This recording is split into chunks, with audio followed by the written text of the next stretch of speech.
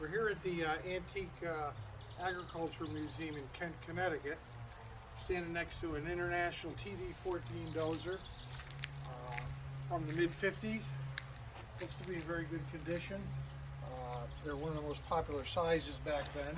Had the Bucyrus Erie blade, and the blade is, interestingly, was serviced by W.I. Clark, who was a Bucyrus Erie dealer at the time. So, moving over here, we have a Bucyrus Erie, I believe it's a 22B. It's running the CAT engine, Caterpillar engine, old D engine. This one's probably from the early 50s.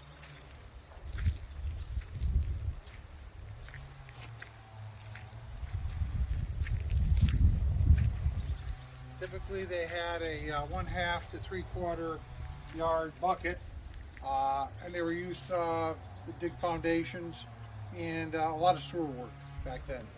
I happened to work under one of these when I was a kid, and it was quite a challenge because the cable, they were pretty rough. Over here we have a unit shovel, around the same size, half yard, 3/4 yard bucket. Probably has a General Motors diesel. You can't see the engine right now, but these were built back in the 50s. Then in the late 60s they came out with the Hydra unit, which was hydraulic, and then eventually they discontinued them, I think, around in the 80s. The next piece is a Hanson. Not familiar with that brand, but looks to be like from the 30s or 40s. She has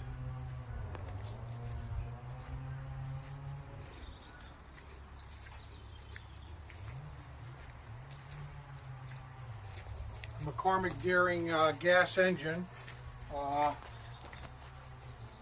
flathead gas. Next piece,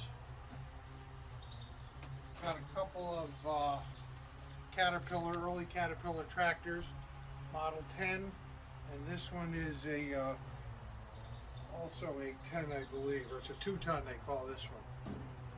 This one is the Model 10, which was very popular with farmers. Next to it we have an old Galleon grader. Galleon was bought out by, I believe it was one of the big manufacturers 20 years ago. This is probably from the late 40s, early 50s. She's got a gas engine, probably a Waukesha Hercules, but looks like it can still run. A little dry rot in the tires, but other than that, probably would run. Okay. And the last piece,